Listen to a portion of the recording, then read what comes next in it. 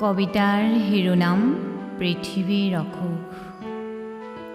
গভীৰ নিদ্ৰাত শুই পৰা ৰাতিৰ আন্ধাৰবোৰক দিনৰ জোনাকে বাট এৰি দিলে। ছাই ৰঙী আন্ধাৰ মৰম আকলোৱা জোনটো শুই পৰিল বিশাল আকাশৰ বক্ষত। হেতেলিত খিটমিট আন্ধাৰ, ডাৱৰৰ ফাকে ফাকে সৰি অহা বৰষুণৰ টোপালবোৰে এতিয়া পৃথিৱী নিতিতে, কাৰণ পৃথিৱীৰ হেনো এতিয়া বৰ